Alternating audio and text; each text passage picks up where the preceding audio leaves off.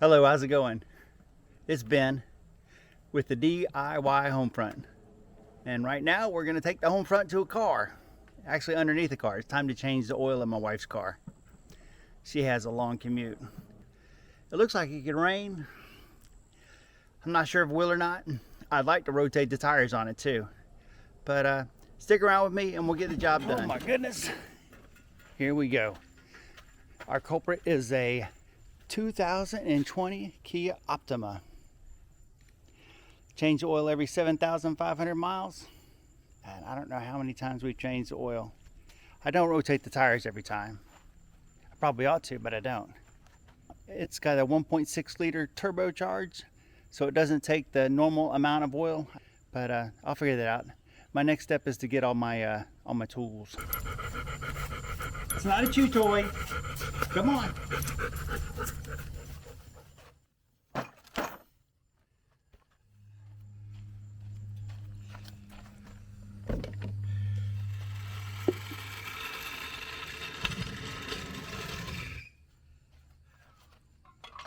All right, the next step is I have an old rug. I usually roll that out on the ground in front of the car to lay on.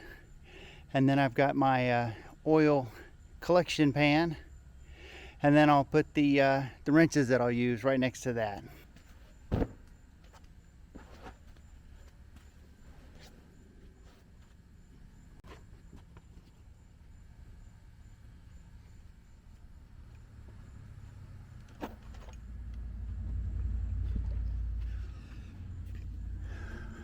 I always take off the oil cap before I start draining anything.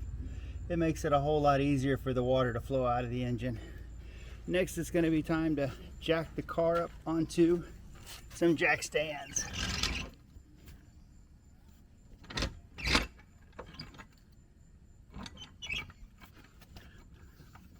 There's some bolts that hold the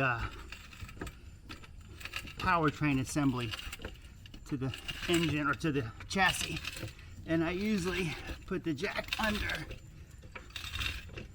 one of those mounting points. There we go.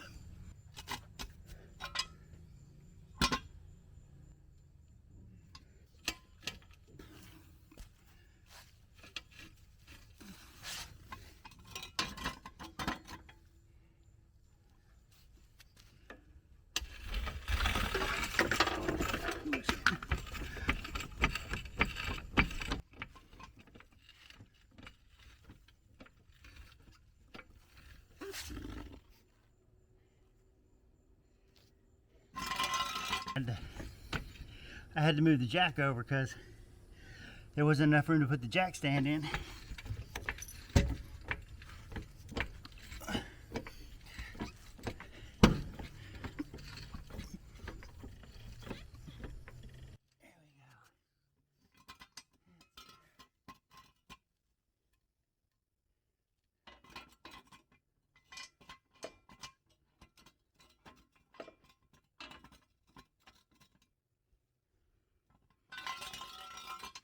Still not quite happy with the placement.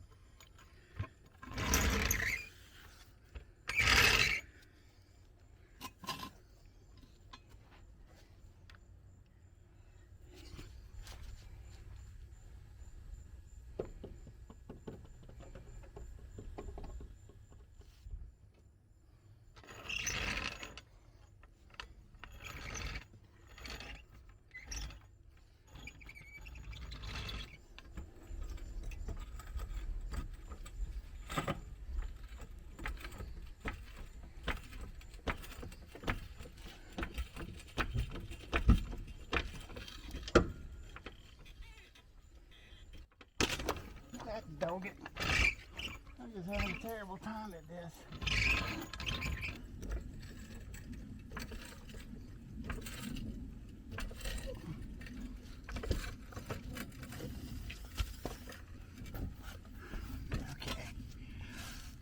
Third time is the charm.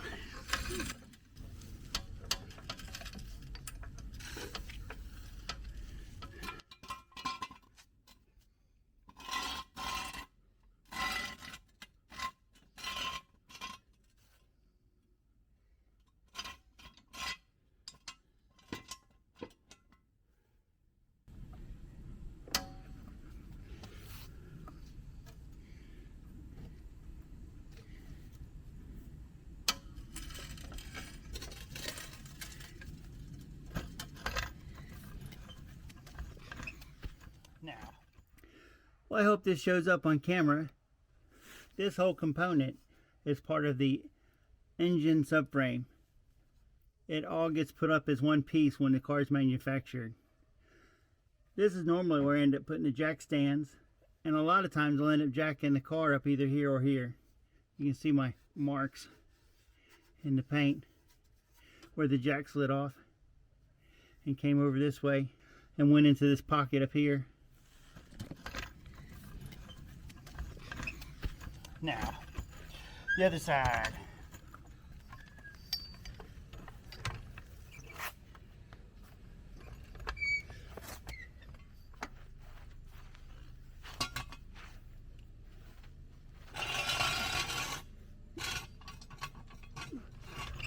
All right.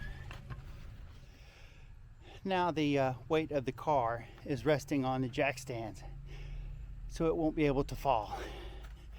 Now we got to get underneath it and get the oil out. Okay, are we having fun yet? We are underneath the car. I always cut some t-shirts up for rags because I sweat and because we're going to get messy. It's got a protective cover that goes where the oil filter is that we need to take off. It's tightened from last time I used it. These are never really that tight, and it's just a plastic anyway. You wouldn't want to really wrench on them when you're putting it back on because you'll just strip the plastic out. And I find if you have a long one, it makes it really easy just to turn them off by hand. I wouldn't think that you need, you know, a great tutorial or a great instructional video on how to change oil, but if you could see somebody else doing it and see that it's not that hard, you could really save some money. I spent about $35 for oil and a filter, and I get full synthetic, and it would probably cost about $69 to $89 depending on where you were at to have the same thing done.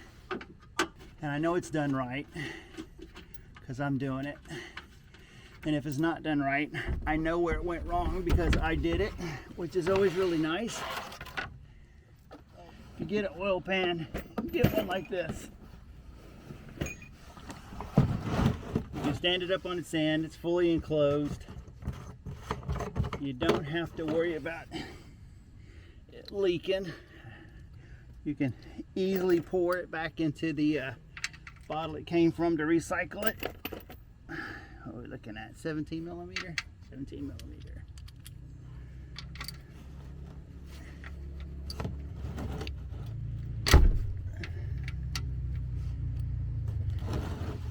When it first comes out, it's going to come out.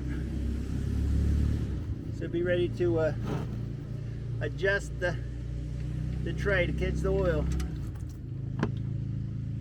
And hence, that's the reason why I got plenty of rags. So changing the oil, I never actually showed you where the oil drained or where the oil filter went. But you can see, they're right there, easy to get to. It doesn't take long.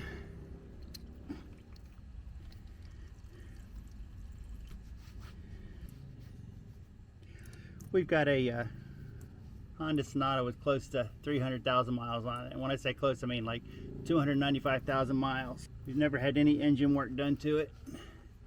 And decent oil and doing it on a regular basis. Biggest problem I had with it was I changed the spark plugs at about 200,000 miles, and one of them, the threads, wanted to be a little bit stripped. So I wrestled around with that for a while, but like I said, $35 every time you turn around. One oil change will pay for the jack stands. 2 oil changes will pay for the jack stands and the jack, the floor jack, especially if you drive a lot. If you drive 3,000 miles a year, I can understand why you might not want to do this yourself and take it someplace. But if you drive a lot, like my wife does, I'm changing the oil in a vehicle probably at least once every month, month and a half. I know there's a torque spec, but I'm not going to kill myself. I just snug it up real good. And I always do the same thing. I just pay attention to the driveway where the car is parked for the next couple of days, just to make sure that it's not coming out.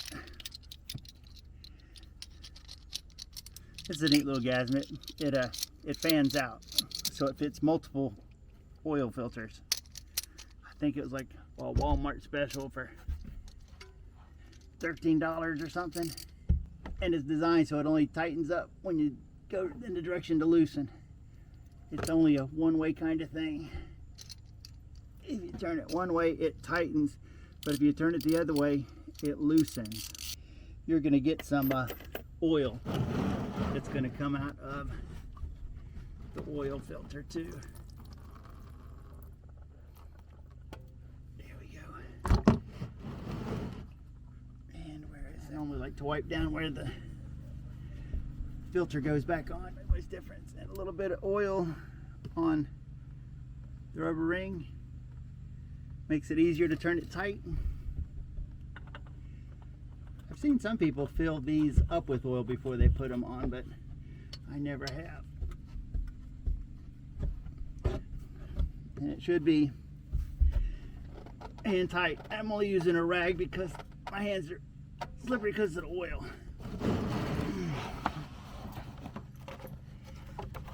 Tight, tight.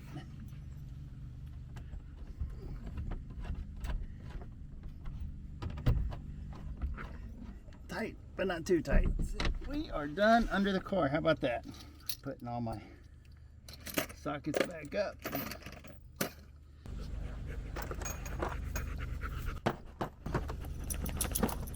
Go on, dog. Leave my camera alone. And that is where the oil goes, and it even tells you what kind of oil goes into it. All right, let's finish putting all the oil in it. Okay, let's check out the air filter. It says pulled open, pretty simple. Some of them have clips that are a little harder to get. Slides right on out. And there we have the air filter. You can see between the plates. On the other side, got some debris, but it's not too bad. So I think the air filter can probably go one more round, slide that back in and click tight. And that's that. Air filter's checked. Washer fluid, it says on top of it. That's the engine coolant, it says it on top of it. And last but not least, okay, I want to show you how to reset the oil maintenance light. This car has some menus. We can scroll through until we get to the user settings. And what we're after is service intervals, and that would have to do with the maintenance.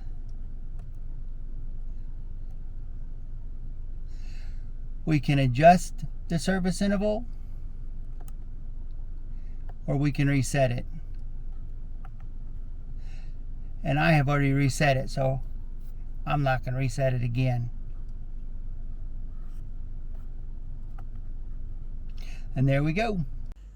This is the reason why I use this kind of a container.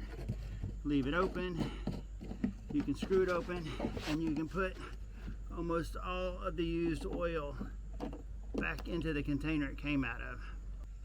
And then you can take that to the store to recycle it, and you don't have an oil pan sitting on a shelf that's completely full that you can't use. So every time I change the oil, I do this. I go ahead and fill it back up.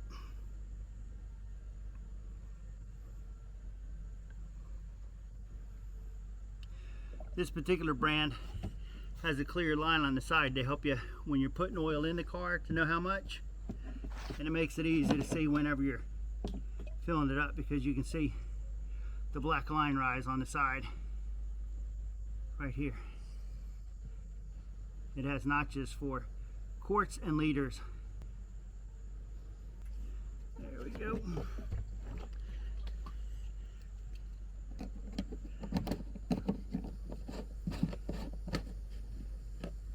Now, this is completely empty, pretty much. And this is ready to go back to be recycled. Well, I hope you have found this interesting and helpful. If I can do it, I'm sure you can do it. You don't need too many wrenches, you don't need too many tools. You can put the most expensive oil in your car and you can save about $35 to $55 every time you change your oil if you do it yourself. Well, thanks for hanging out with me. I hope you've enjoyed yourself. Watching me sweat's always much better than sweating yourself. We've changed the oil, we've checked the air filter, we've rotated the tires.